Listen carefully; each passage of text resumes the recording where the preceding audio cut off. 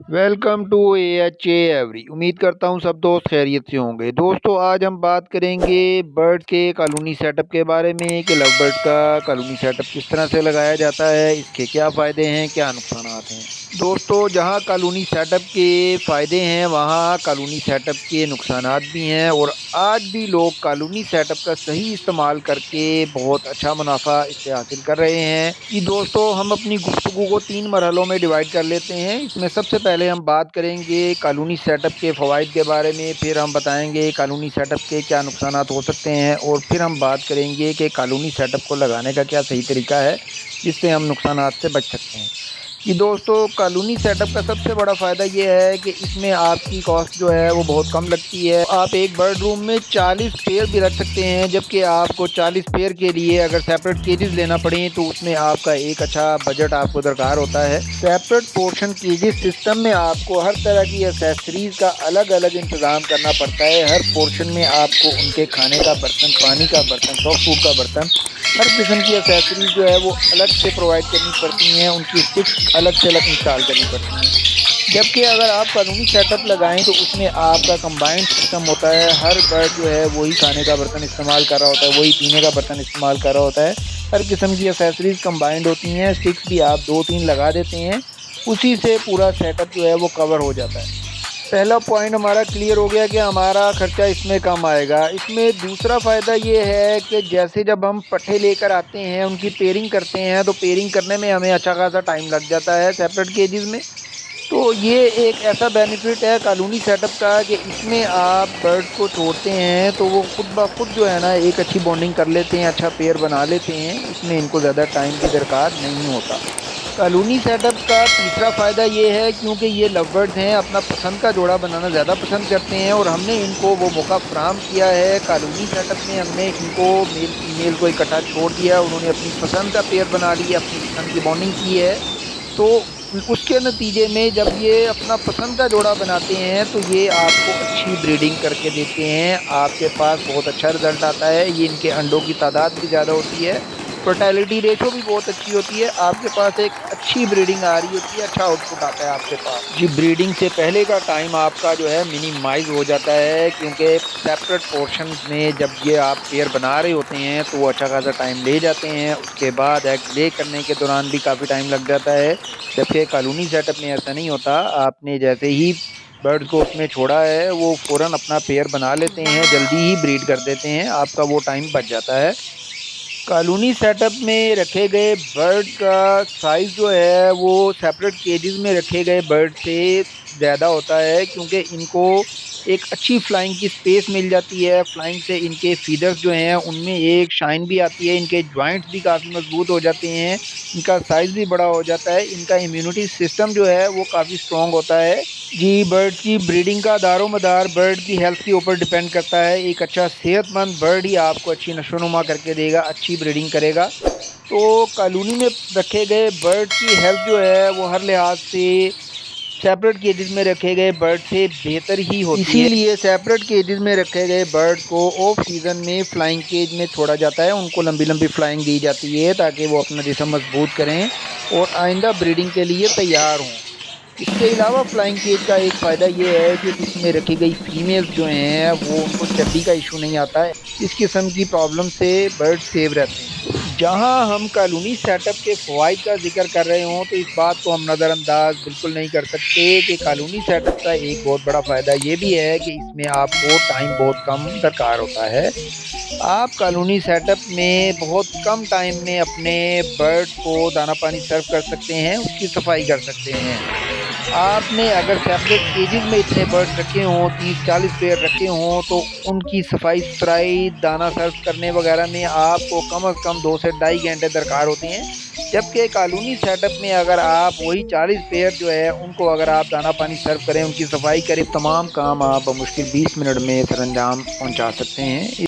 जहाँ colony setup के फ़वाइद हैं वहाँ कॉलोनी सेटअप के नुकसानात भी हैं, और इनमें जो सबसे बड़ा नुकसान है वो ये है कि अगर किसी एक बर्ड में आपको कोई वायरस इन्फेक्शन या कोई बीमारी आ जाए तो पूरे का पूरा सेटअप आपका अफेक्ट हो जाता है और एक बड़ा नुकसान होने का खदशा होता है। एक नुकसान ये होता है कि ब्रीड आपकी तैयार होती है, चिक्स तैयार हैं, बॉक्स से बाहर आने को तैयार हैं, लेकिन दंगा फसाद शुरू हो जाता है, लड़ाई झगड़े शुरू हो जाते हैं, एक दूसरे के साथ खून खराबा शुरू हो जाता है, तो आपका अच्छा खासा नुकसान हो जाता है। कॉलोनी में आप बर्ड्स की ड्रॉपिंग का जायज़ा लेते हैं तो आपको फर्श पे मोशन लगे हुए ड्रॉपिंग नज़र आ जाती है, मगर आप ये नहीं अंदाज़ा लगा सकते, नहीं पहचान सकते कि कौन सा बर्ड बीमार है। उसका आप प्रॉपर ट्रीटमेंट नहीं कर पाते क्योंकि आप आइडेंटिफाई नहीं कर पाते इतने बर्ड में कि किस बर्ड के साथ मसला है। तो ये भी एक प्रॉब्लम आती है जिसकी वजह से कॉलोनी सेटअप को अवॉइड किया जाता है। ऐसा क्यों होता है? क्योंकि इनका दाना पानी का बर्तन सबका एक है। अगर एक बर्ड अफेक्ट हुआ है तो उसी में सब ने दाना पानी इस्तेमाल करना है, तो वो बीमारी जो है वो सब बर्ड में फैल जाती है। इसीलिए प्रेफर ये किया जाता है कि सेपरेट केजेस में ब्रीडिंग ली जाए। इसी तरह अगर आपने कॉलोनी सेटअप में मुख्तलिफ म्यूटेशंस के लवबर्ड्स रखे हैं तो आपको उनकी म्यूटेशंस के जो है वो डिस्टर्ब होने का भी खदशा होता है। होता ये है कि फ़ीमेल जब ब्रीड पर होती है तो वो किसी दूसरे मेल से भी क्रॉस करवा लेती है, तो जो आने वाली ब्रीड होगी उसमें आपको श्योरिटी नहीं होगी कि ये जो बर्ड्स हैं ये फ़लानी ब्रीड के हैं। यही वजह है जिसकी वजह से कॉलोनी सेटअप की बजाय पोर्शन में, सेपरेट पोर्शंस में, केजेस में ब्रीड लेने को ज़्यादा प्रेफर किया जाता है। अब हम बात कर लेते हैं कि हमने अगर कोई कॉलोनी सेटअप लगाना है तो उसके लिए हमें किन चीज़ों को मद्देनज़र रखना होगा।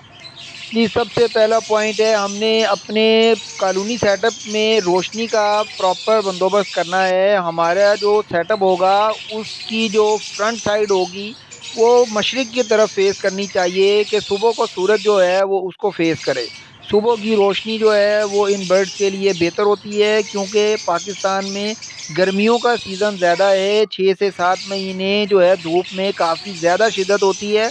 अगर हम इसकी डायरेक्शन किसी और साइड पर रखेंगे तो शेड में टेम्परेचर ज़्यादा होगा, इसलिए जो है यही प्रेफर किया जाता है कि इस साइड पे उसका फ्रंट हो। दूसरा, हमारे शेड में जो कॉलोनी सेटअप लगाएंगे हवा का प्रॉपर बंदोबस्त होना चाहिए ताकि हवा क्रॉस करती रहेगी तो गैर ज़रूरी गैसेस जो हैं वो रुकेंगी नहीं। शेड में मुनासिब और ताज़ा आबो हवा होना चाहिए।